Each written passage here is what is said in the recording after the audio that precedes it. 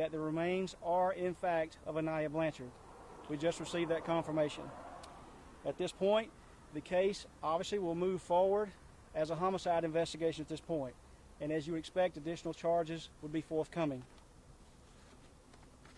Those working over a month in assisting the Auburn Police Division in this investigation include, but are not limited to, the Lee County District Attorney Brandon Hughes and his staff, the U.S. Marshal Service, who tracked and took into custody several individuals, including going to the state of Florida to do so, the Federal Bureau of Investigation, Alabama law enforcement agencies, aircraft, and personnel who brought in this team from Florida to help with this anthropology, the Montgomery Police Department, Central Alabama Crime Stoppers, Montgomery County Sheriff's Office, Macon County Sheriff's Office, Auburn Opelika Police Department, Lee County Sheriff's Office, the Alabama Infusion Center, the Alabama Department of Forensic Sciences, U.S. Department of Homeland Security, as well as I said before, the Florida Gulf Coast University Department of Justice, their forensic anthropology team that came in and assisted the Department of Forensic Science in confirming again that these are Aniah Blanchard's remains.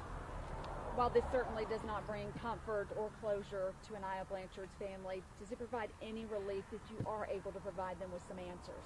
Well, that would have been the worst scenario, is that we would not be able to find and give the answers to this family. We have spoken with the family. Obviously, they are heartbroken, but at least they can now begin to deal with this and move forward and plan for dealing with it. You said additional upgraded charges are expected. District Attorney Hughes, can you speak to what those charges might be? Obviously, now that we have a death, what we're still waiting on is confirmation from the medical examiner's office as far as a cause of death and a manner of death.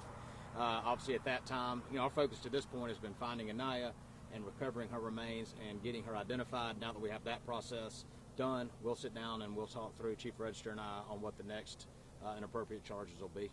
There's a large search crew out there. This search continues. We saw lights come in. Are you still going to be out here, and for how long?